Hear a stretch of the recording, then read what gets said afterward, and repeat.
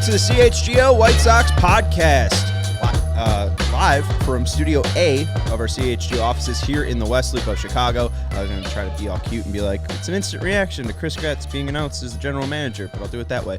We have the full CHGO White Sox crew with us. I'm Sean Anderson. You can follow me at Sean_W_Anderson. You can follow the show at CHGO_White Sox. And alongside me, Vinnie Duber, our CHGO White Sox Beat Writer. You can follow him at Vinnie Duber. And the man in the middle is Herb Lawrence. Hello. You can follow him at Ecknerwall23. You feeling better, Hollywood? Not really. Okay, all right. Let's just get into the important stuff. Chris Getz was announced today as White Sox Senior Vice President and General Manager. He will be Mr. Baseball for the White Sox, and two major things happened. Jerry Reinsdorf held a beat writers only session. Vinny was there, as you could tell, and Chris Getz had a press conference being introduced as general manager. We'll have audio of Jerry, the full 25 minutes that Vinny was a part of, and then Chris Getz sound, and we'll have our reactions and thoughts on the move. Vinny, what was it like talking to Jerry Reinsdorf? Rare. This is my 6th year covering this team on a full-time beat basis, and this is the first time that I have ever spoken to Jerry Reinsdorf about his baseball team on an on-the-record session, right? So obviously you see him in the hallway sometimes. You share an elevator with him, and he'll make a comment or whatever, like anyone will after a game. But the only time that he's ever done a press session that I've been a part of since covering this team was when Hawk Harrelson got into the Hall of Fame, when Harold Baines got into the Hall of Fame, and then I wasn't there at the winter meetings last year, but this past winter meetings when they won the Community Service Award, when the White Sox won the Community Service Award. So none of that, if you'll notice, is about the day-to-day operations or even the season-to-season operations of the baseball team of which he owns. So this was... You say, what was it like to talk to him? It was not only unique, it was a first for me individually. Yeah. And I think it's just really unique to have this audio, to be able to share this with you. So this is what it's like to be a part of the Beat Writers Only session talking to Jerry Reinsdorf. First, he will give a statement about the shooting that happened last Friday at Guaranteed Rate Field, and some information that he was allowed to say, apparently, from interim police commissioner. And then we have the statement on Chris Getz, and then the back and forth with the beat writers. Here is Jerry Reinsdorf. There are two things I want to cover first. One is this office is not normally this clean. Between Ryford and my assistant, they decided to clean it up. The other thing is the gun story. I spoke to Superintendent Waller last night, and he authorized me to say that regardless of what anybody has said up till now, they have not ruled out that the shots came from outside the ballpark. And you can call them, contact them, and it'll verify that. They're still investigating. I don't want to get into specific facts while they're investigating, but we've really done a deep dive into this. And I don't see any way in the world that the shots could have come from inside the ballpark. But let's let the police continue with their investigation. At this point, all the superintendent is prepared to say is that they've not ruled out that they came from outside the ballpark. Okay. You have any questions about that? Yeah, you would. Of course. I'll ask you later. I don't want to ask anything about the police investigation. If anyone else does, okay. Then let's talk about Chris. All right. Can you? No, I'm gonna. Oh, you're gonna have a statement. I don't have a statement. It's fine. We didn't talk about that. Okay. Then you can ask your question about Chris. I just want to go through what the process was. Long before I even thought that I'd be making a change, I was very well aware of what Chris was doing in the minor leagues, because I've told a lot of people, for the first time ever since I've been here, we were teaching baseball in the minor leagues the way I wanted it to be taught. I've been watching baseball, Major League Baseball, since 1946, and I'm absolutely convinced that more games are lost than are won. And I think you guys have been watching long enough to know that that's true. You don't mind when somebody beats you, but you hate it when you get beat. And going back, all the way back to Roland and Al Goldis, I wanted baseball taught in the minor leagues a certain way, where people understood what they were doing, they understood, what's the right thing to do in a certain situation, and nobody ever did it right until Chris came along. And this I observed, a couple of years ago. I was thrilled with it. Okay, so that's just, in the background. Then, when I finally came to grips with the idea that maybe I had to make a change, I still didn't know that I had to make a change. So I started talking to everybody in the baseball department, almost everybody in the baseball department, just wanting to know what they were observing. What do you think ought to be changed? What's good? What's bad? And Chris was one of the people that I talked to. I talked to him at great length. I talked to a number of other people in the baseball department. Okay, so then I started getting convinced that I had to make a change, and the change killed me, because it wouldn't have been any harder for me to fire my son Michael than it was to fire Kenny, because Kenny was my son, is still my son. One of the last things his father said to Kenny when he was on his deathbed was, "Well, you have a second father." So this really killed me to do it, but it became obvious that that it had to be done. So when I came to the conclusion that we had to make a change, I started thinking about who was out there. You don't make a change unless you know that you're going to be able to do something that you're going to improve.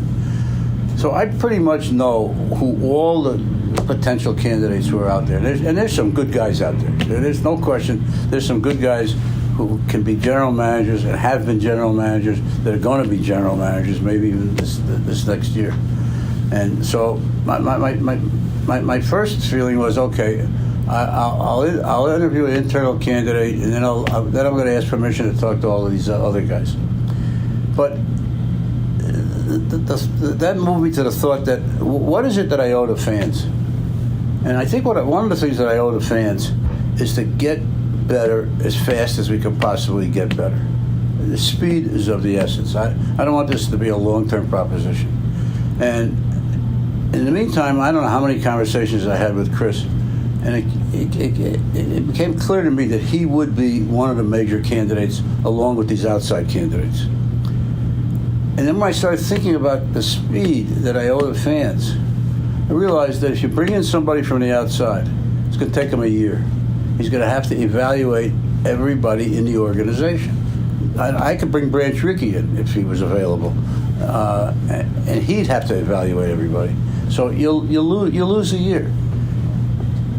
And here I had somebody inside who was very, very competitive, and it might even have been the guy that I would select if I had to talk to all these other guys.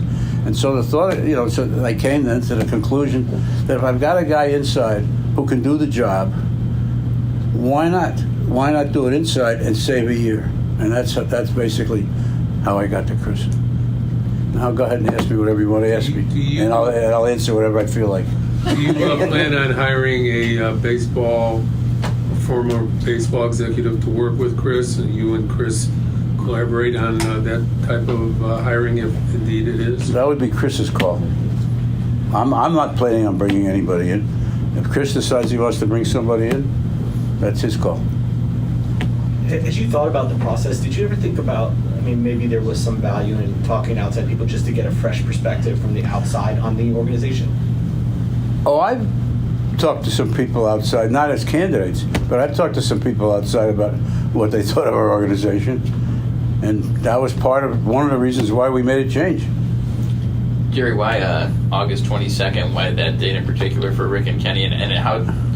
What was the feeling on why that change had to happen? You said it in the press release, but now that we're talking to you, what was the feeling on why that had to happen? Well, first of all, I wanted to give Chris as much time to get started. We've got the end of the season is going to come up. Free agency is going to become an issue. We've got the general managers meetings, we've got the winter meetings. I wanted to give him as much time as possible. And the second reason was I wanted to give Rick Hahn as much time as possible to get on somebody else's radar, rather than wait till the end of the year. But the number one reason was, why not give Chris as much time as possible? How would you describe this 2023 season? 2023 season was my 43rd season in baseball. It was absolutely the worst season I've ever been through. It was a nightmare. It's still a nightmare. It's embarrassing. It's disgusting. All the bad words you could think of is the way I feel about the 2023 season. Absolutely, it was just awful. Why do you think it went this way?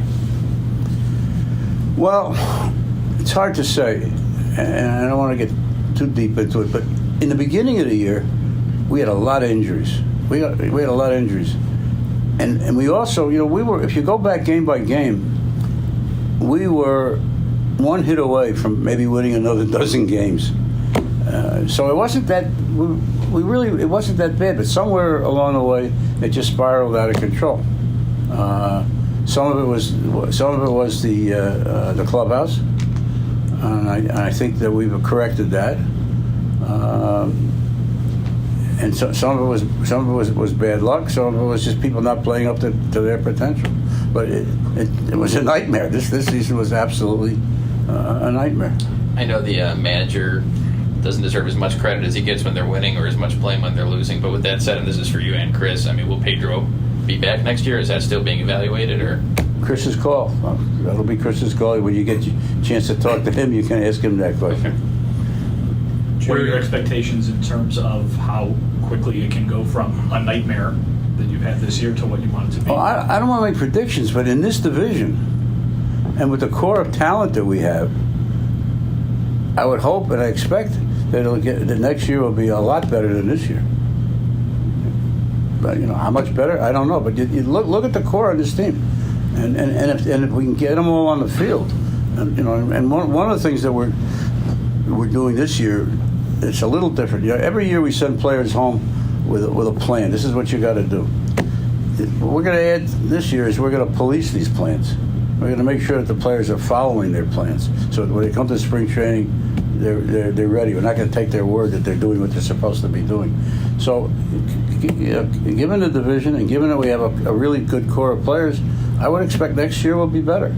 Are you going to be committed to spending what it needs to be spent for pitching that you don't have in the organization? Well, we've already spent a lot of money this year. People talk about why won't the White Sox spend? I think we had a payroll of $185 million this year. So,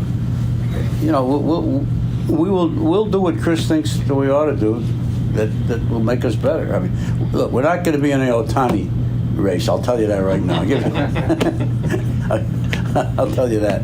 But and we're not going, and we're not going to sign pitchers to 10-year deals. We're going to try to get better, and that means trades. It potentially means free agents. It means playing, smarter baseball. It means a lot of things. So I don't have a lot of time left. I don't want to go through a long rebuild. I only expect to be here another 10 years. And I want to. You said that 10 years ago. I know. So there's no rebuild. I mean, this is kind of. There's no rebuild. This is you're just gonna try to add what you got. Well, everybody talks about when you build a building, the foundation comes first. We got a foundation here, so we're not going to take the guys that we have now and just clean out and start over again. We're definitely not going to do that. You felt the need to make a change. Folks from the outside see that Chris has been here the last 7 years. What about him makes this a change from the guys who were previously in his spot? Well, he has his own ideas about what needs to be done. Chris has been responsible for the minor leagues. He hasn't been responsible for the major leagues.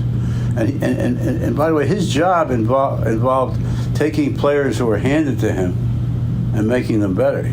He had no responsibility in acquiring the players that he had to work with.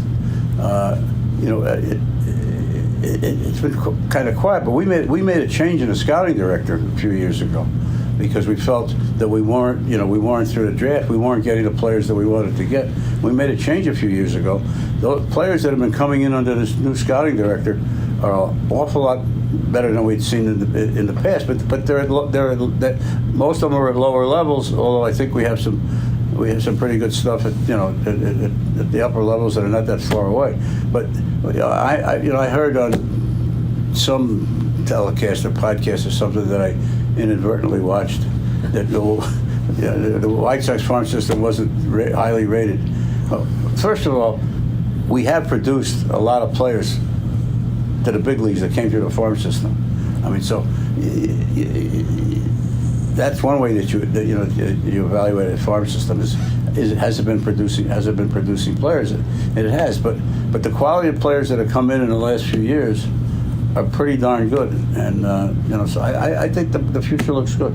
What is it about the way you mentioned that you like what you've seen in the farm system, the way that things are being done? What are some of those things that you like or are impressed Well, with? what I like is players are being taught how to play baseball.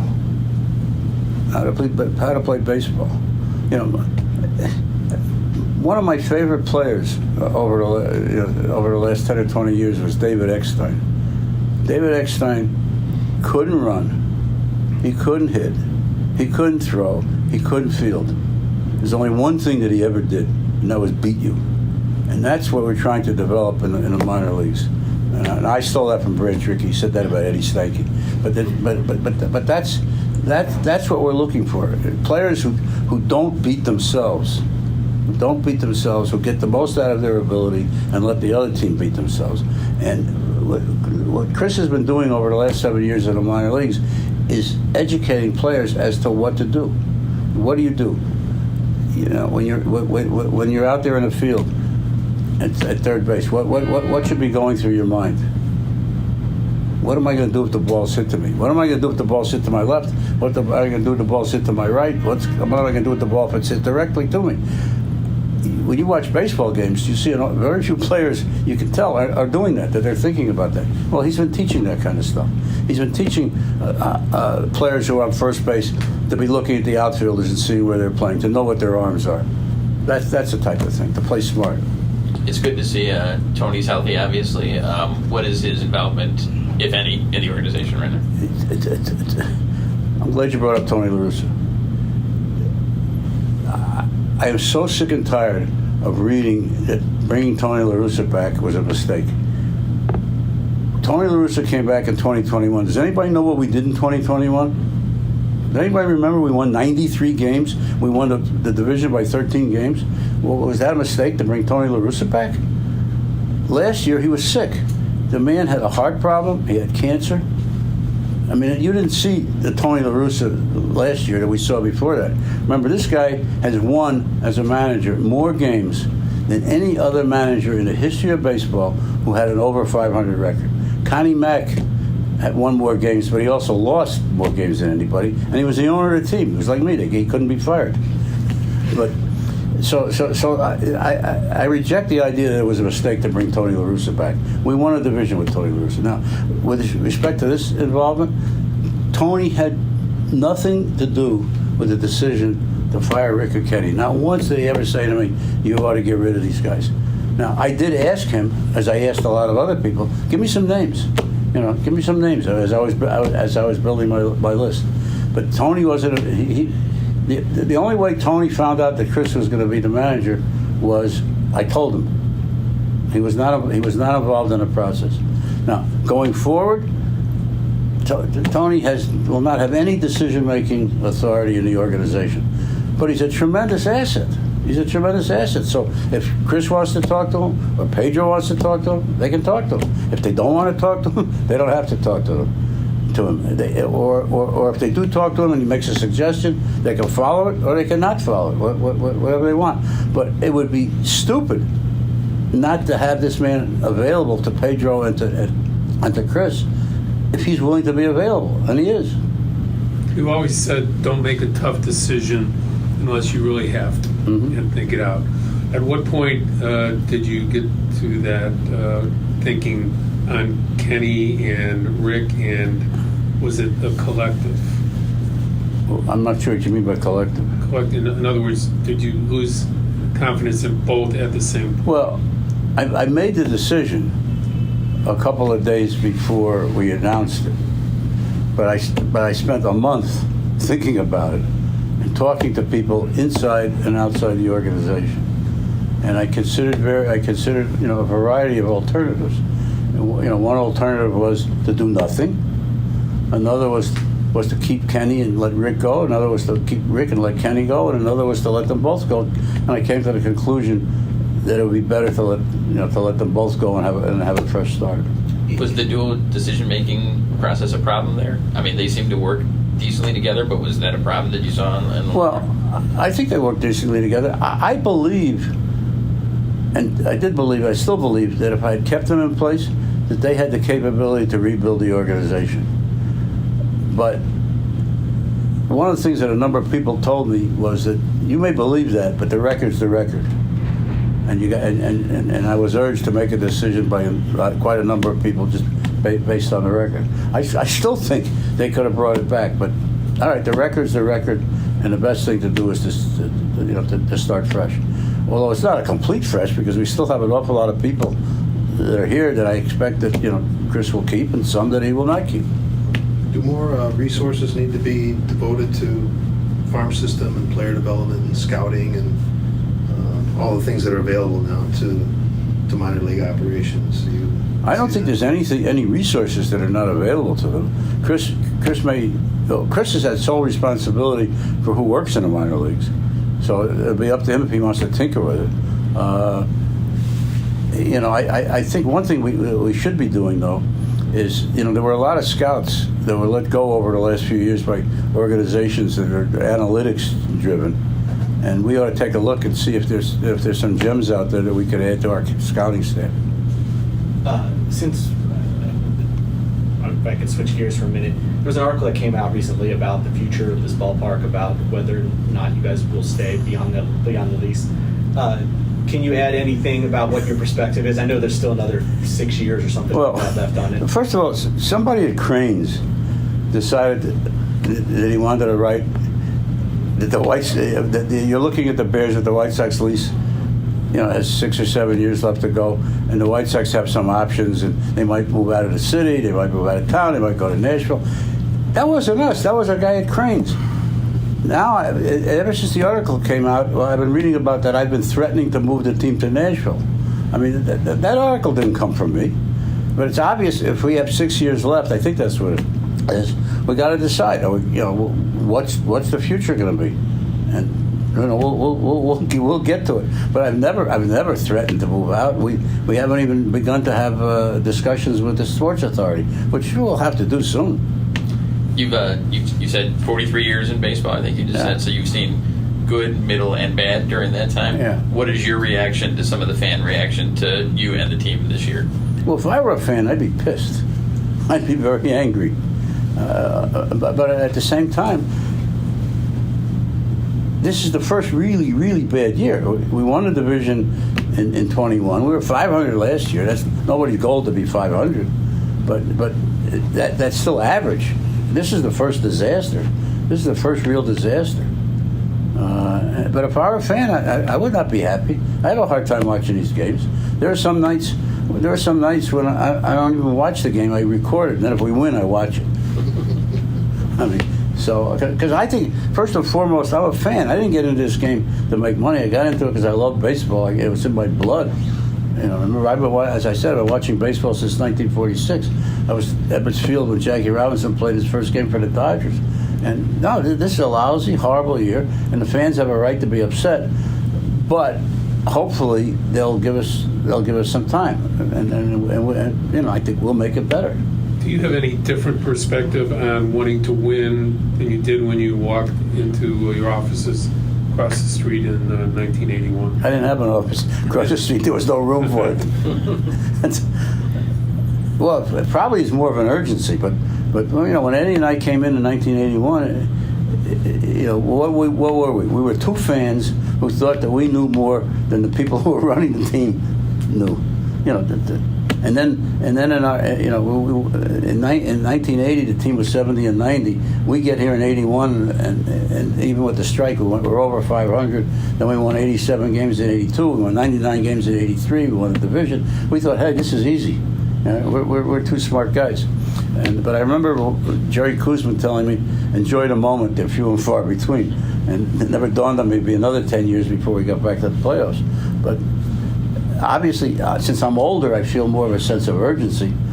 But I wanted to win from the first day. I mean, if you ever sat with me during a game, you'd see somebody that wants to win, even with 30 games under 500. I still want to win the games. I can tell. I guess. I think I know the answer to this with your passion for baseball, but like, did you ever watch this year and think, this is so frustrating, I'm gonna go do something else with the last years of my life and like go do something more? Did you ever think about getting out, selling? Oh, I'm going to couch this so nobody writes that I thought of selling. Friends of mine have said, why don't you sell? Why don't you get out? And my answer always has been, I like what I'm doing, as bad as it is, and what else would I do? I'm a boring guy. I don't play golf. I don't play bridge. What else would I do? And I want to make it better. I want to make it better before I go. How many changes do you think need to happen on the field for you guys to be better next year? Yeah, that's up to Chris. But it doesn't strike me that there's a lot. I think we'll get better internally. I think we got a better clubhouse. I think some of the problems that we had in the clubhouse with some players that we brought in contributed to it.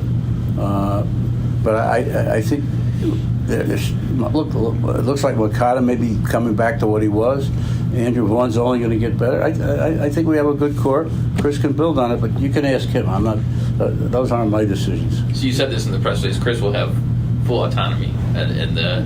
Except when it comes to spending money. That's enough. So full with that doesn't. But every owner reserves that right. Yeah. Every owner reserves that right. So no Otani. Excuse me. He said no Otani. No Otani. Well, that's absurd. But now I lost my train of thought. I feel like Mitch McConnell. But How about we got one more for Jerry, and then we can get you guys back. Do you expect to pick up Tim's contract and be your shortstop? That's his decision. That's his decision. If I just one more, when you talk to Chris in the press release, there was very point saying about a single decision maker. Have you changed your thoughts process in terms of what a front office should look like in this game, in terms of like the setup and everything? Well, you change your mind, over the years as things evolve. I think we had a great combination in Rick and Kenny, but I think that Chris's skills embody the skills of both of them. Kenny was a great talent evaluator. Rick's skills were negotiating contracts and dealing with the media and stuff like that. My feeling is he's got both those skills. Can you just your message to the fans? What would that be if you were sitting at a bar in the area having a drink with one? What would your message be to the guy? Drinking a Perrier. My message is we're going to do everything in our power to get back to where we want to get to. That's the message. Hey, if we don't succeed, it won't be for lack of trying. I mean, nobody wants to be bad. We got to get better. All right, so that was something. I was really in. I had my whole. I guess I'm tongue-tied now, but I was really frustrated. Wanted Jerry Reinsdorf to speak, and man, I'm so glad we got that. That was 25 minutes of a lot of revealing stuff. We'll talk about it in just a second. We're going to get your reactions from the chat. We got super chats, and we got over 185 people watching. So make sure to hit the thumbs up button. We do appreciate everyone hanging out with us, and we're going to have Chris Getz on in a second. Maddie Rice, though, started off with a $10 super chat. Thank you very much. I'd happily punt on 2024 if it meant for a much more qualified candidate was hired. This was all about the energy he wanted to invest in hiring an outside voice. It's a slap in the face to all White Sox fans. And then he followed up, and I believe that comment was to Jerry saying, I owe it to the fans for, to have this go as quick as possible. But Matt follows up the fact that he said, this is the first really bad year. I want to break this damn phone, sell the team already. I also scoffed at that, and you were like, well, this is the first time it was non-intentional. That they've Hindenburged, but 4 of the last 10 seasons have had 4 of the worst seasons in franchise history. But Herb, what'd you make of all that? In that comment, he's talking about he wants to do it for the fans quickly.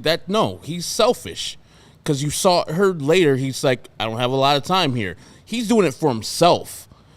not doing the right thing. What is the thing I always harp on, Sean and Vinny? What's the phrase I go back to every single day? Process over results. Thank you. Process. The process of this was flawed. So the results, they might end up being favorable, and that's what 2021 was. The process to hire Tony La Russa was flawed. The results were good in 2021, so he brings it up. This is another flawed process where he didn't interview anybody outside the organization, the whole damn organization. He interviewed one person, goddamn Chris Getz, who doesn't know how to do the job he's working on, and now he's the mouse that has to eat the cat, doing a job that he has never done. He's never done contract negotiations. He's never acquired talent. He's never traded a player. He's had to do all this stuff as the GM. So you're going to have this guy as your new guy. So this stuff is selfish. This is what I think about Jerry. All these moves are selfish moves. They're not because of you. They're not for the fans. They're because of him. He's 87. He wants to see something done before. He don't want to bring anybody in from the outside because it'll take a year. Yeah, that's what it's supposed to be when a team's 30 games under 500. You're supposed to clear out everybody who participated in the team that sucks. The team that went 81-81 last year, which was a disappointment. I don't care what he says, this being the only disaster year. Last year was a disaster. And then when that team is worse than this team, much worse, everybody must go and get an outside voice to clean up everything that has been wrong with this team. The reason he doesn't want to do that, it'll take time. You'll get honest answers. It'll take money. All the stuff that he doesn't want to do. And so this man is doing this for himself. Chris has given them the right answers, and apparently he's the first farm director that's ever taught baseball to the White Sox. That's fucking weird. But yeah, it's illuminating. You heard exactly what you thought that Jerry was. And my takeaway is Jerry is selfish, and he wants to do things his way, and hiring a guy that's not qualified for the job. And we saw the Chris Getz presser, and we'll have a little piece of it a little later. Nothing there. And winning the press conference is not important, but he didn't instill any type of confidence in me or you as a White Sox fan after hearing him talk. But this just makes me madder because Jerry is very selfish, and it comes off and people will write, oh, he just wants to win. He just wants to win. No, he doesn't. He wants to win his way. He wants to win the terrible way, and his process is flawed. So the results, we'll be going through this until Chris Getz finally leads this team. Jerry doesn't have this team anymore, because this is the same thing. The results are going to be bad because the process was flawed from the beginning. And the fact that he didn't hire or even talk to a minority candidate, I don't care what his record was, is galling. It's dumb as hell. As a guy that has that record in his past, he's living on that, hey, I have a black friend, or I married a black person, so I'm not racist type of bullshit. He needs to adhere to the damn rules and see if he can hire a minority candidate. See if there's a person out there that can get a job. And maybe that person doesn't get the job, but at least that person has the experience of the fucking interview. And sorry, I'm swearing, people who care about me swearing, but fuck, I'm mad.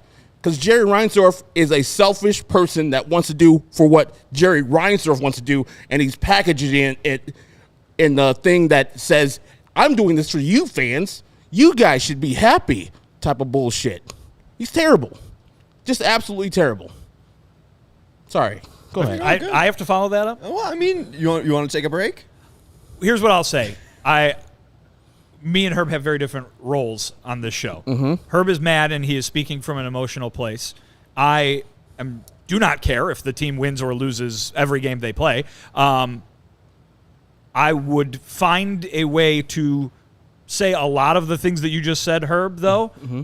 in a down the line way, because I do gather after today that Jerry is dedicated to doing things the way he wants to do them. I mean, just compare and contrast some of the things that he said with what we know and I'll even call them trends. I won't say they're the only way to make baseball work in 2023, but the trends, right? What did you slam Rick Hahn for saying over and over again the last few years? Ball go far, team go far, right? Because the trend in baseball and all the data says you hit a bunch of home runs, you win. And Jerry Reinsdorf today said in so many words that he would be thrilled if he had a team full of David Ecksteins.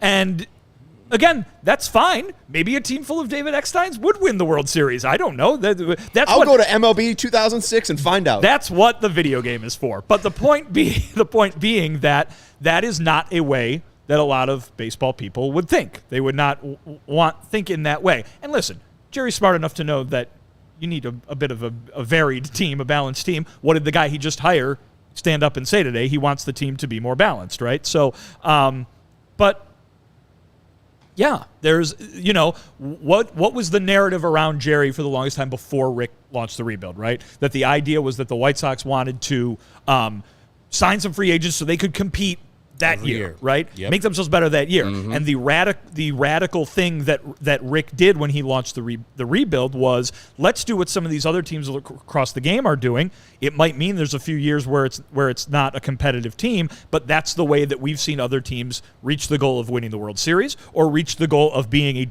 a World Series contender on an annual basis, if you take the example of the Houston Astros, right, to just name one.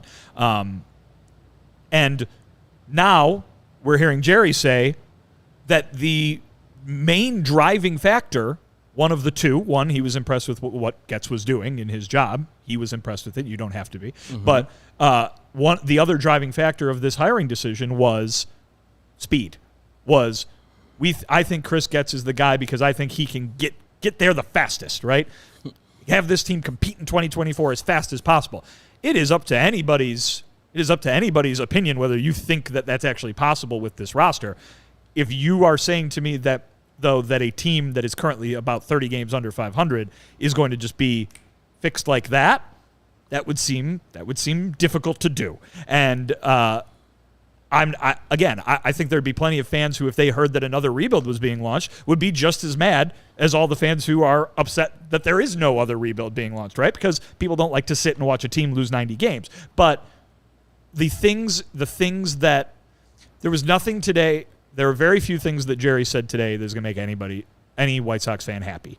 And I think that a lot of the things that you guys and everybody watching were mad about, he is basically standing his ground on those things and saying, yeah, that's right. That's what you think. That is what I think. What you think I think, that is what I think. And I'm happy to think that. And it's his team, so he can do whatever he wants. But that's what he's saying. And so if you thought he was out there to try and smooth over any concerns that you might have had about the way that he does things, that was not what he was out to do today. My brain is smoother for having to listen to it. I that's for sure. I don't know if any of my feelings about this were calmed down, but they were definitely, as you said, kind of cemented. It is interesting to be like, I think Jerry Reinsdorf thinks like this. And then he's like, yeah, I want all of these guys to basically be a player who can't hit the ball. We have to teach how to field. We have to teach how to run the bases. But man, he's going to learn.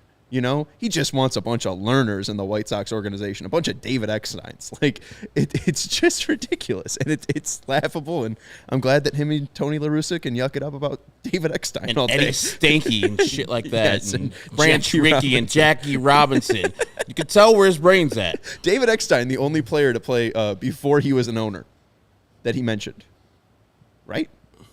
To play since he's been an owner. Yeah, since he's been an owner. Because he brought up Tony, but Tony played before he was an owner. All right. We'll take a quick break, and we got more thoughts on this. Want to let you know about our friends over at Ray Auto. Are you in the market for a new or used vehicle? If you are, then we have some great news for you, because Ray Chevy in Fox Lake has just joined the CHGO team, and we were talking with the Ray team when we signed on with them. We just did their great August event, and they have this pledge called the Ray Price Promise. It's a guarantee that the price you see online is the price you pay when you go into the dealership. We found that in many cases, other dealers will raise the price on you when you come into the dealership. They'll probably make you bargain a bit too, see how much you know about the car game. Usually my grandpa just goes in, does it for me. He's a very intimidating Irishman who no one can understand, and they are like, whatever, you can have the car. But, you'll probably go on an online store website. I don't know. I sound like Jerry Reinsdorf. This is my Mitch McConnell moment. But you'll probably go online, and they'll go, and then you'll go into the dealership and say, hey, I found this price, and they will start asking you questions like, are you a recent college grad? Are you active in the military? Are you a farmer? And in most cases, the answer will be no, and that's when other dealers will raise the price on you, saying the price online included limited rebates that you do not qualify. At Ray, that is not the case. The price you see online is the price you pay, with no add-ons to the price ever. And in fact, Ray will do everything possible to find additional savings for you, which may make the price lower than what you see online. As one of the top-selling dealers in the Midwest, you'll always be able to shop one of Chicagoland's largest inventories and save big at Ray Chevy, because they now have over 100 Chevy Trax models available starting at $21,495. And now through September 30th, all buyers can qualify for 0% financing, make 0 payments until 2024, plus put no money down. And best of all, you'll pay 0 hidden fees with the Ray Price Promise. So visit Ray Chevrolet in Fox Lake or raychevrolet.com. Serving the community since 1963. Find new roads. Also want to let you know about our friends over at Goose Island. Herb, what you drinking? 312 from Goose Island. Is that your favorite Goose Island beer? No, it's mine. It's one of them. It's yours? Yes. Yeah, I'm more the Matilda guy. Yeah. Since I got a taste of it. If we were over at the tap room, you get a Matilda? I would get the Matilda or the Paloma they have out there. That was delicious tequila, tinge beer. And you're a 312er. 312, thick and thin, but I do like the Sophie as well. Oh, the Sophie's good. Sophie's a little good. saison. Yeah. Can we get a honk for Sir Goosington? Thank you. Sir Goosington. CHGO is supported by Goose Island Beer Company, Chicago's beer since 1988. Vinny would love to crack open a 312 wheat ale right now. You can go and find Maybe later. The Goose Island IPA. You could go find the tropical beer hugs, because summer's still around. Let me correct that. Not maybe later. Definitely later. Definitely later. They also got the full pocket pills. So grab an ultra fresh brewery exclusive beer at Goose Island's original brew house on Clybourne Avenue in Lincoln Park, or from their tap room on Fulton Street in Westtown. Goose Island Beer Company, Chicago's beer. All right, Vinny, what Jerry Reinsdorf quote made you want to drink most? Sorry, you gave me too much of a. Again, I was happy to finally hear from the guy. No, that was great. The best thing, and there's a lot of quotes that made me laugh. One was, I guess, concerning, and one was truly funny. The quote where he says, "We won't sign Shohei, we won't sign a pitcher to a 10-year deal." Just, again, they're never going to go over the top. And what I realized when hearing that is, how is Chris Getz, who you're going to see later was in his communion best, was in his best suit that he's ever had, thanking his mom and dad up there, how is that guy going to walk into Jerry Reinsdorf's office and convince him to sign a player over $100 million? Because in Jerry Reinsdorf's mind, that $100 million is Shohei Ohtani, is a player, that is a 10-year pitcher, right? Like, it's a place they've never gone, a place the A's have never gone, the Royals have never gone. Rick Hahn wasn't able to convince him. His own son, Kenny Williams, wasn't able to convince him. So how is Chris Getz, the 40-year-old, fresh new kid on the street, going to walk into Jerry Reinsdorf's office and convince that man who's set in his ways to go out and spend? I know exactly how I was going to say it. To excel this team, to put the brick on the gas pedal and just drive as straight as you can to the AL Central title in 2024. He's going to say, "Hey, this is Eddie Stanky Part 2. Give me a bunch of money, I'll get Eddie Stanky in here. He'll do all the things that you wanted him to do." Or I don't know why the pitcher. I don't think he's gone over 4 years for a pitcher, and as far as a free agent contract to sign a pitcher. Like, I think John Danks got a 4-year, $50 million deal. Dallas got 3 years? I thought Dallas had 4. No, I think but he was only here for 3. I think it's 3 and a fourth. I think the fourth was like a You're fake right. year. And so it's like, it's going to be hard. All the top pitchers in the free agent market are going to want 4 to 5, if not more, years on their contract. And so if we're not dealing with how baseball is played and how the free agent market is played, then we're still back in 2005. We're still back in 1981 when he took over the team with Eddie Einhorn, another dead person. Rest in peace to Eddie Einhorn. But, like, how many people is he going to mention that don't have anything to do with current baseball nowadays? And Chris Getz, remember, hasn't done any of this. He's learning on the job, and he might want a player, but how is he going to acquire these players? Are these players going to want to come here for a guy who doesn't know what he's doing, for a team that has a bad culture, for a clubhouse that doesn't know what it's doing? There's a lot of things wrong with this team, and we're putting a lot of undue pressure on the first-year guy who just turned 40 yesterday to fix it within a year. And Jerry's doing it. He's saying, if I brought a dude from the outside, that would take a year. So, Chris, get your shit together right now, and we better win next year because it's a garbage AL Central. We have a chance. But remember, we're 30 games below 500. The top team is like 7 games over 500. So it's going to be a while until we get at least up to the 500 level.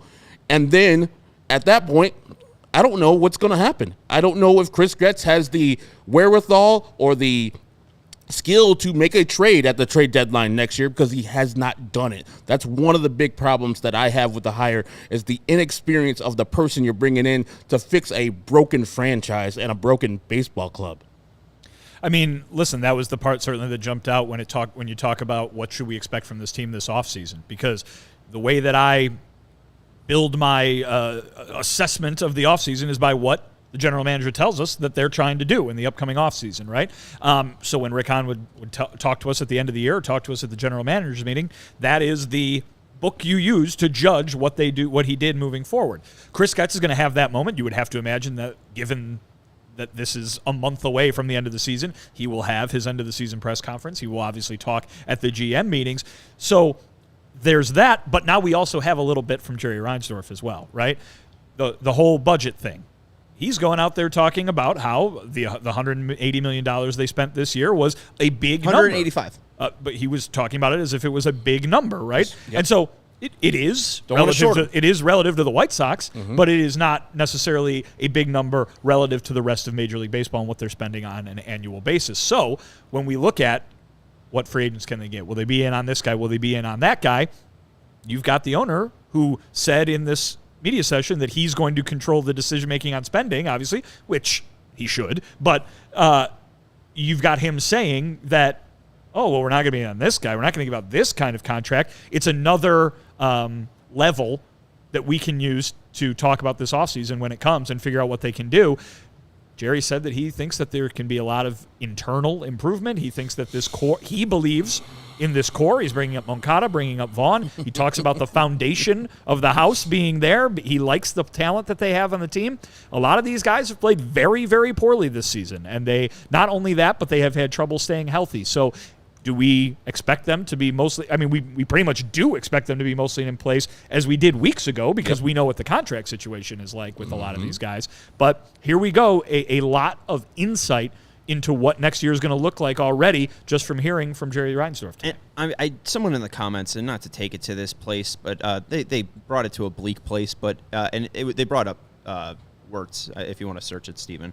But I don't want it to be in this place. Larry said it. One name, Rocky Wirtz. That's unfortunately what we're waiting for. Sorry to be dark. But it seemed like that was the tone that Jerry said. I don't have a lot of time left. We got to do this as fast as possible because I owe it to the fans. Because, you know, he said he's going to be here for 10 more years, I think. Which is, it's a line of his. If you're familiar with all the lines that Hawk Harrelson says over and over again, you see where he gets it because Jerry has some lines that he likes to stick to too, apparently. And hey, you know, I mean, I don't think he's, you know, it's just it's a very unfortunate place because no one should ever be rooting for that. No one should ever be thinking I want this person to die. Yeah. But well, then like, don't. No, I know. I'm not saying, but like, I mean, that is some fans that are just saying like, oh, well, if this is the way that Jerry Reinsdorf is going to run his team, the only way that he's going to change it is if he stops running the team. Like, so he's either going to sell, and what he said to that was, friends of mine have always said, why don't you sell? Why don't you get out? My answer's always been, I like what I'm doing, as bad as it is. And what else would I do? I'm a boring guy. I don't play golf. I don't play bridge. And I want to make it better before I go. Like, he likes owning a baseball team, and he's got enough money to do it. But that's the thing is, like, we saw in this division with Mike Ilitch, when it comes to that quote, except when it comes to spending money. But every owner reserves that right. If he's going to do this, if he wants to do it as fast as he possibly can, he has to put all the money that is necessary. Well, that's the way to do it as fast as you possibly can. I mean, it's obviously with parameters, right? Yeah, and so because he doesn't want to go get Shohei Ohtani. No, right. But that's the thing is like his thinking is illogical. I'm going to limit my spending. I want to do it as fast as we can, but I'm going to try to do it by threading the needle with a brand new GM with a lower budget than in 2022. He funnily enough brought up that it was at $185 million. He did not bring up that it's $15 million less than the year prior when they were 81 and 81. Hey, also didn't bring up the budget of the 93 win team which was lower than 185. Like, it's more about how you're actually doing the process. And what Jerry feels, it feels like what Jerry's line has always been with these teams is, let's throw money at the problem until it goes away. Let's throw money at Melky and Jeff Samardzija until it goes away. Yeah, but that's and then let's little take money, it back. though. And then I know, but it is little money. Yeah. But like, let's throw our parameter money at the problem until it goes away. Let's throw our money at Dallas Keuchel and Yasmani Grandal until Good it goes away. signings.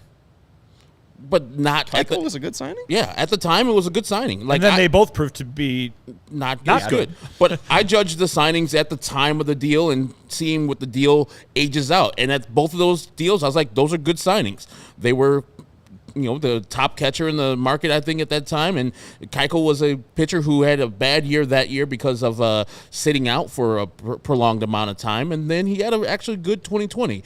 And he almost threw a no-hitter the other day. But I'm just saying, like, he wants to win before he leaves, but he doesn't want to throw the necessary money at the problem to get the winning that he wants to get before he leaves. It's an old play that I watched when I was in high school. It says, you can't take it with you. You cannot take that money with you to the grave, Jerry.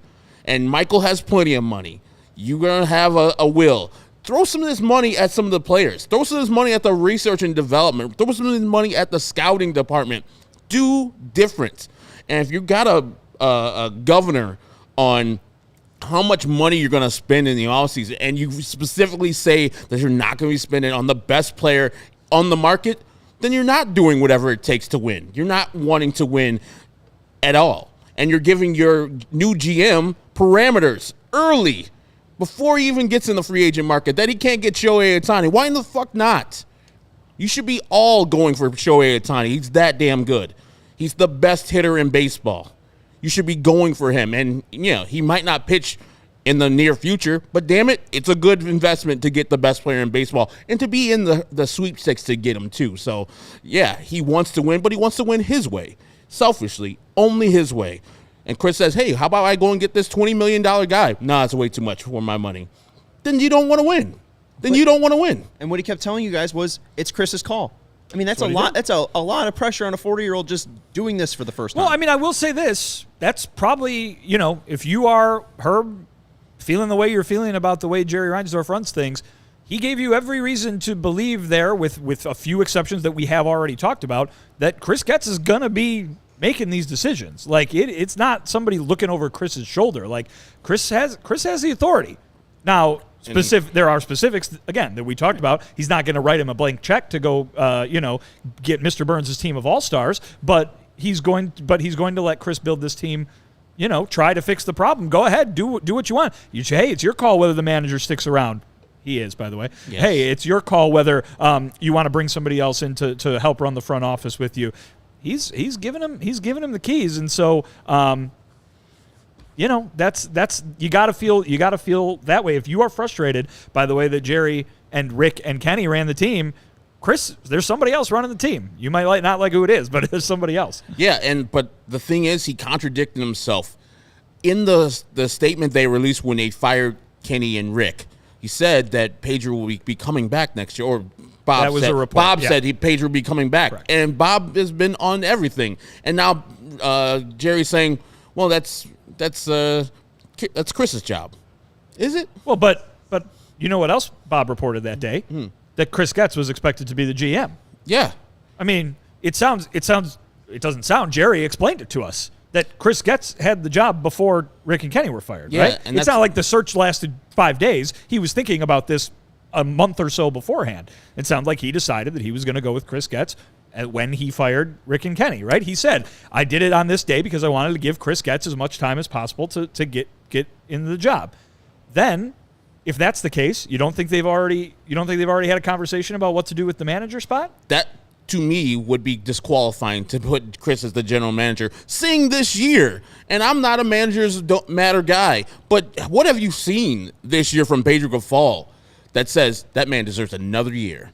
And if Chris is the evaluator of talent that Jerry thinks he is, then he's already got a strike against him, because Pedro Grifol, for whatever he is, didn't take leadership initially when he got into the clubhouse. He deferred it to the players, and then they say, well, we fixed those problems ever since. Where? Name names. Who did you fix? I mean, was Lance Lynn the problem? Was Lucas Giolito the problem? Was Raylo the problem? Who was the problem? And how is the culture better now? And 2 days ago, he just said they're giving 80%. Yeah. So his whole thing, and that's the thing. Like, I don't think Chris Getz is bold enough to ask Jerry for what he wants, or bold enough to know what he wants. He hasn't done the job. So how does he know what he wants if he doesn't know how to fix a baseball team, even though he's been 7 years in the minor league system with terrible results? Before we get to Chris himself, there was one more quote from Jerry. We need to police our guys' plans in the offseason. It does seem like that it was a two-headed snake with Jerry and Kenny, or with Kenny and Rick. It feels like the best plan of action was to just pick ahead, split that snake, and just cast off one and make one of those guys the senior vice president and general manager, whether it be Kenny, whether it be Rick Hahn. It would have been a better plan. I don't understand this direction. And now Chris Getz, because apparently he knows these guys so well, will be able to police their offseason plans, something that either Rick or Kenny was not doing? I mean, I would think that Rick and Kenny believe that they have grown men on their team, and the minor league coordinator would teach all the players under his watch, hey, guys, we give you a plan to take to the offseason. Do it. Well, and if you're not doing it, then I'm going to be on your ass. Those are the players that need to be policed, the young players who are being developed, not the grown men who are playing Major League Baseball. And if you feel like you need to police and watch grown men in the offseason, then you got the wrong goddamn grown men. I can speak to that knowing that there is plenty of coaching involvement in the offseason. Like, I'm going to go ahead and assume that this is something that came up in Jerry's interviews that he did with people where this was pointed out as a problem with some guys. But we just spent the last winter talking about how Colas and Romy Gonzalez were working with the coaches on a daily basis. We just spent the winter talking about how, Dylan Cease and Michael Kopech and Giolito were texting with Ethan Katz every single day, sending them videos of what they were doing. It's not like the coaching staff just said, "All right, off season's here. Put the legs up and let's turn the phone off for the next however many months." I mean, that might not have been an across the board 100% thing, and if that's the case, by all means, change it because you need to. But let's not pretend like these guys were sent off into the woods and said, "Hopefully you come back." You know what I mean? Like they were constantly talking with the coaching staff all off season long. Let's not pretend like 2022 was normal, where they couldn't. Right. Like, I mean, right. I don't know. When is he upset about this? Like, saying that, they weren't policing plans, or maybe some guys were slacking. You know what I mean? Maybe some guys were slacking, and that's fine if that's the conclusion you've come to. But and that's a thing that you want to emphasize is no more slacking in the offseason. But we know that some guys were not slacking because we heard from the people in charge, whether it was Rick or Pedro or Ethan, how impressive it was to work with these guys directly throughout the winter. And you can't force somebody to do what they don't want to do. If they're not those players, if they don't want to dedicate themselves to their craft, policing them is not going to make them better at it. It's just going to make them do it as much as you want them to do it. I just think you got to get better players, and then when you get them in the building, say, hey, for your position and for what you want to do and what your goals are, this, that, and the other would be good for you to do. I'm not going to say what you need to do. What you should do is this. And I'll let you do your own thing because you're a grown man. Do your thing. But if you come back and you're not the player that we want you to be, that's on you. Look yourself in the mirror. I call in every day. Hey, Eloy, you working out? Hey, you working out? Hey, you working out? Hey, you doing this?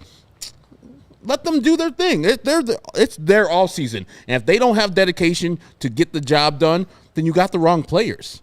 You got to have self-motivated players in the offseason. You can't just be watching them like a hawk just to make them do what you want them to do. Right. Well, and two, it doesn't guarantee anything. And the quote where he said, in this division with this core, I would hope and expect next year to be a lot better than this year if we can get them all on the field. It's a big if. That's the Kenny Big Williams. if. We've been saying that for, I don't know. Just stay healthy. 4 years. Like, yeah, I think that was the whole goal, I mean, the whole wish. You could very easily argue that the reason Rick and Kenny don't have their jobs anymore is because those guys couldn't stay healthy. You could very easily argue that if they stay healthy, this team's in a much different position. And Rick and Kenny could have listened to me in the offseason to trade Aloy away because we can't stay healthy. Oh, but I'm talking 3 years ago. Yeah. We've been talking. This has been the storyline for 3 years. Yeah, but once you got the pop of this 20 and 22 year of Aloy in the second half, you're like, man, somebody's out there wanting Aloy.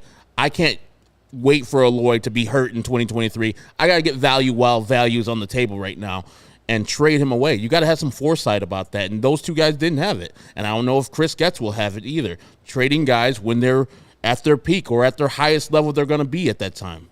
You brought him up, Chris Getz. Let's hear from the man. We're going to take a quick break, and then we'll play a little bit of Chris Getz, what he had to say, and then we'll discuss the new general manager of the White Sox and what their 8th active senior vice president.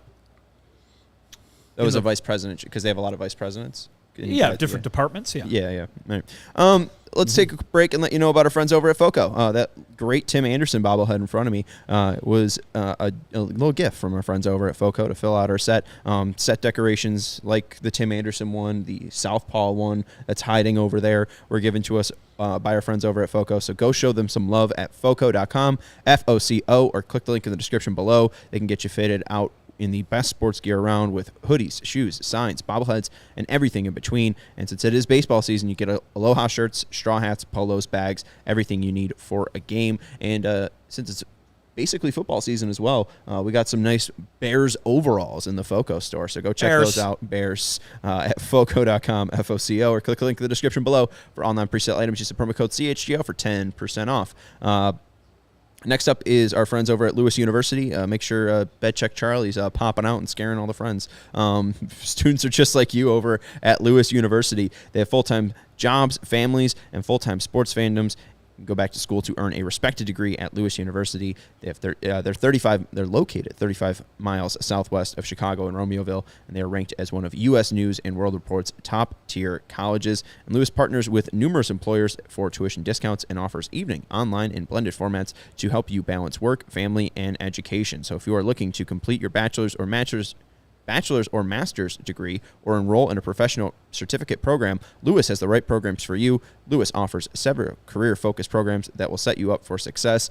We always are proud to feature the Aviation Maintenance Technology certificate. You can also learn how to fly. Jay Zawoski, a former flyer, confirmed this. And also my lovely cousin Maggie didn't love her first choice at her undergrad and finished her nursing degree over at Lewis. So discover how a degree from Lewis can help build you a better world. Learn more at lewisu.edu/YOU.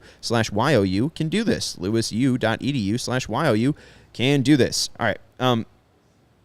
Is there super chat here, Steven? Yeah, we got one. Thank you, Bed Check Charlie, for making an appearance. Kirk with the super chat.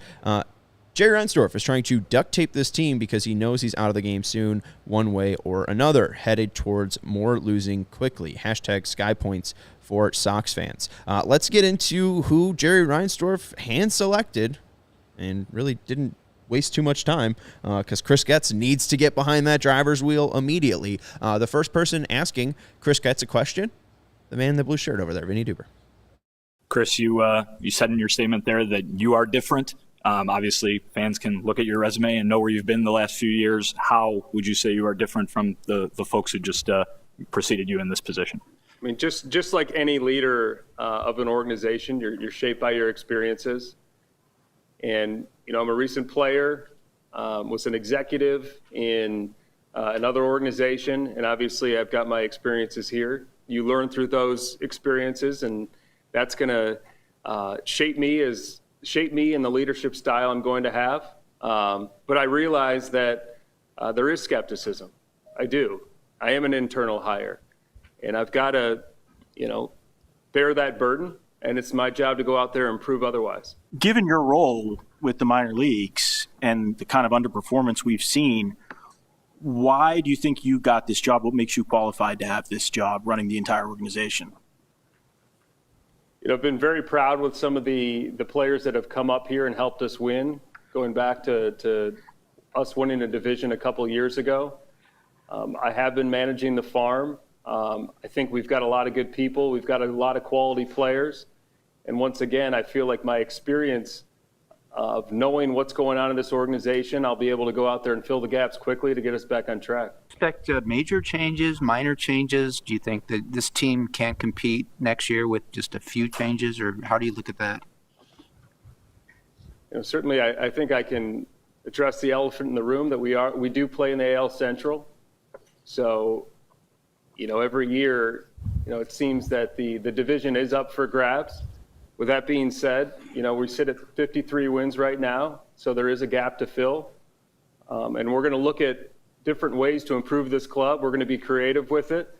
We're not going to lose sight of our long-term goal of winning a World Series. But in the near term, once again, I look forward to sitting down with Pedro and learning what we have to do, going towards the off season and getting ready for next year. Given the team expectation over the last couple of years and falling short, and it appears that the window is closing on this opportunity, do you see the only way to move forward is to go the free agent route, and it's the funds there to go to free agent because it appears that the minor league system is not ready to lift this team up? We're going to look at every opportunity to improve this ball club. We've got some quality players on this club. Now, if that means that we need to look at ways to improve the depth in certain areas, we're going to do that. Fortunately, at the deadline, we were able to acquire some players to boost our farm system. Some of those players are at the upper level of the minor leagues. And then we need to go out and look where we need to supplement. Jerry's been very supportive through the years, from the baseball office. When we come to him and say that we need to do this or that, he's been very supportive. But we're going to look at all of that stuff in the coming weeks and months. I know this is obviously day one for you. Jerry addressed it off the top. But as it relates to Friday's shooting incident, you got fans coming back tomorrow for a game. For those fans who may be concerned to come to the ballpark or have questions on how this was handled in terms of the information that has been released both from the White Sox and the Chicago Police Department, what do you say to those fans? Our security group and the Chicago Police Department are communicating. There are still some questions that need to be answered, but I do want to say that our highest priority is the safety of our fans, our players, and their families. Chris, you talked about learning from your experiences. Looking back at the situations with Omar Vizquel and Wes Helms, is there anything you wish you would have done differently in those situations, and what have you learned from that experience? Those are personnel matters that certainly don't want to go too far in depth on. I will say that I was very proud with our organization and how it was handled. We have extensive training, both players and staff, to prevent issues from popping up from time to time. And when they do, they know how to act accordingly. And in those cases, they did. Following up on my colleague's question about last Friday, the way the police handled this by not stopping the game, even though they had people shot inside and they didn't know what was going on. We understand the team was not informed. Do you believe the police handled this properly, and should they have stopped the game for the safety of everybody inside on Friday night? It was clearly not an immediate threat to anyone. Obviously, there was time that needed to collect information, and our security group and the CPD worked closely together and operated the way that they did. And the questions are still going to be answered. Chris, do you anticipate bringing in somebody, Dayton's name has been mentioned, but somebody along those lines as a sort of an assistant or to fill that type of role alongside you? I'm certainly open to bringing in people that I feel like can be positive resources to our group. I know some names have been thrown out there, and we haven't had those discussions yet, but certainly open-minded in terms of strengthening our group. Chris, you said Pedro had to wear a lot of hats this year. What do you mean by that? Like, what does that entail? Well, he's a first-year manager with our club, and certainly that means getting to know his players, getting his coaches comfortable here, and learning our front office, the operation throughout. And through that, you certainly have to have conversations and experiences that you won't have in year 2. And first and foremost, I think having me now in this position and having a consistent conversations, throughout the days and as the season progresses, I'm going to be able to help him navigate a major league season. We appreciate everyone hanging out with us. We got over 200 people watching. Please make sure you're hit that thumbs up button. We're at Eloy Jimenez likes. It would be cool to just break that scale. There's a player that does not. There's no player that has ever worn 100 in baseball. That's true. So we can't name a White Sox who wore 100. Well, we can get to Manny Ramirez though. Manny Keenan, right? Keenan. Yeah. So there you go. So we could do 99, but make sure we don't do 100. What did you guys make of Chris Getz? I tried to make or show in that supercut. Seemed like a rough first day to just be thrown in as general manager, especially with all the topics that are surrounding Chris Getz and the White Sox. The shooting, you're replacing someone who drafted you, you're an internal hire. How did you think of Chris Getz's first day? This was Chris Getz got questions that deserve to be asked. That being said, they deserve to be asked of the situation. You know what I mean? Like, listen, Chris Getz is the general manager now. Part of your job is you got to take all these questions, so welcome in.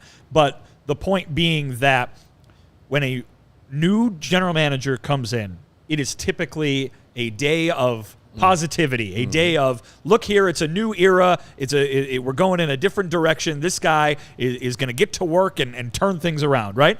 And all of that applies to Chris Getz. But given the situation, everything you just talked about, Chris Getz is being treated on day one of his job like Rick Hahn was being treated on the last day of his job. Rick Hahn got to a point where things did not work so spectacularly that he got fired.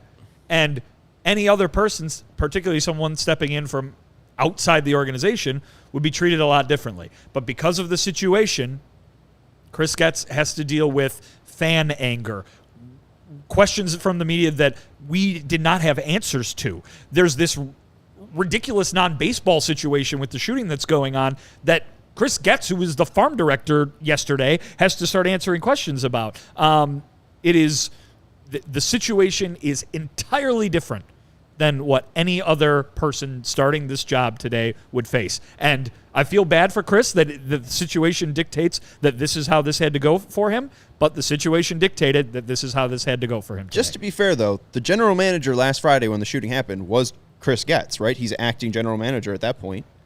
He's not just the farm director. I don't know if he ever received that title, but my point being that, or he's controlling the roster. My point being that the person who puts the roster together probably shouldn't be answering questions on that in the first place, and that's why last weekend we talked to the team spokesman about this sort of thing. I would think, personally, that if I were trying to get to the bottom of this, the person that I would be asking the questions toward would not be the guy who needs to make a decision on Tim Anderson's option for next year. But those are the guys that are put in front of the microphone. I guess that's who the questions get directed toward. And this is the problem with hiring Chris Getz. He's a guy that doesn't seem comfortable in front of the mic. He handled himself all right. But coming from a guy in Rick Hahn who was perfect for the media. He understood how to work the media. And I might not have liked it, but he gave you that good lawyer speak. And he understood how to give an answer without giving an answer. This was just, not winning the press conference is negligible. It doesn't matter. Pedro won the press conference. You saw how that went. So it won't necessarily lead to wins or losses for Chris Getz, but there was something that was just left to be desired for the guy who's taking over baseball operations for the White Sox. Not very charismatic, not very, those answers weren't the best. Just a lot of nothing answers, which he should give us. But, Rick gave us those answers in a more entertaining fashion where, you can swallow them. That's why Kenny never spoke, because Rick was actually good at it, and Kenny told way too many truths.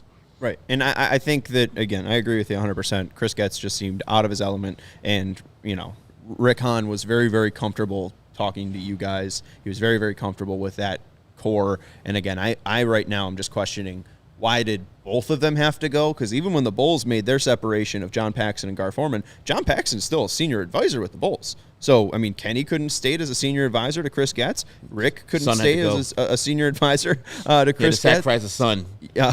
Sorry, Kenny. You don't have a father anymore. No more father. Sorry. I got to fire your ass. Poor guy. Because Chris Getz time. Yeah, I don't understand the logic and the thinking, and man, it was great to hear Jerry Reinsdorf's logic and thinking today. So it was I great to believe have that Jerry Reinsdorf believes that he is doing this for the fans, but from where I'm sitting, he's doing this for himself, 100%. He's a selfish guy. Which, hey, if I was a billionaire and all the things have worked out in my life the way it had worked out for Jerry Reinsdorf, I would think that too. Like, F everybody. All my actions have led me to be a billionaire who runs a baseball team and has got 7 championships. So you can't tell me a goddamn thing. Yeah, and Chris didn't have a lot of great moments in there, but I did think when you asked him the question, like, what makes you different, he did mention in there that he has to bear the burden of being the internal hire. Like, I mean, he is self-aware, and, hopefully this was just first day jitters, because I'd understand why you'd have them with all of that pressure and all of the topics out there. I don't think this is a great day to grade Chris Getz, but this day wasn't really about Chris Getz. It was about Jerry Reinsdorf. 2 quick things that we want to get to: super chat, and then one thing from Jared. What big contracts have proven to work out correctly? And that's me talking about 10-year pitchers or signing Shohei Ohtani or going over $100 million. At least since 2017, you look at the teams that won a championship. Houston last year, 8th in payroll. Atlanta in 2021, 10th in payroll. COVID year, Dodgers were 1st in payroll. 2019, the Nationals, 7th in payroll. 2018, Boston was 1st in payroll. And then the team that broke all the barriers, that broke all the, you don't have to spend. The Houston Astros were 17th in payroll, but there was the whole thing that, they were cheating.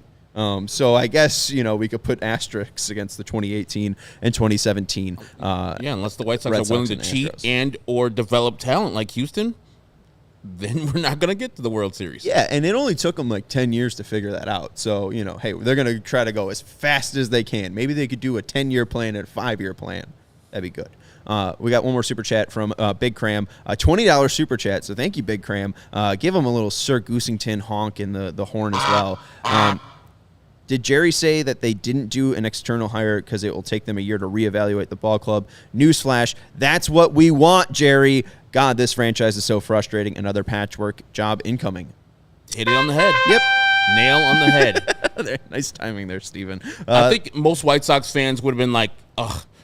But also, that's actually the right move.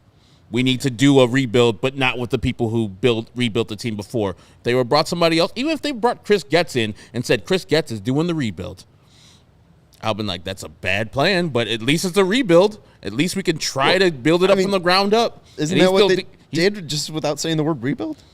No. He says we have a good foundation, so they just piecemeal things together. Going to put a Band-Aid on a bleeding arm. They're delusional because they play in the AL Central, because that's the elephant in the room. The AL Central is bad. All right. And then, that's their aim, the AL Central, instead of the top teams in the league. Yeah, instead of looking the at Dodgers, the Rays. Yeah, the team they just played yesterday, the Baltimore Orioles. Chris Getz says their goal is to win the World Series, but I guess to win the World Series, you got to make the playoffs first. So there you go. That's a good stepping stone. That is true. That's Vinnie Duber. Follow him at Vinnie Duber. He's the CHGO White Sox beat writer. He's got a brand new post at allchgo.com about Chris Getz, and there's also a couple more, Luis Robert Jr.'s defense, and hey, also an article about Mike Clevenger, who went unclaimed. How did it take us 70 minutes to bring that up? Well, we'll talk about it that kind of day. Time. That kind of day. 25 minutes of Jerry Reinsdorf audio will do it, and thank you for getting that. That's Herb Lawrence. You can follow him at Ecknerwall23 as our CHGO White Sox community leader, and I'm Sean Anderson. You can follow me at Sean_W_Anderson. Thank you, Steve Nicholas, for producing. And again, hit that thumbs up button on your way out. We'd love to get 100 likes on the video, and why not give it to us when we got Vinnie Duber getting that great Jerry Reinsdorf audio. So we'll talk to you on Sunday for Sox postgame. Bye.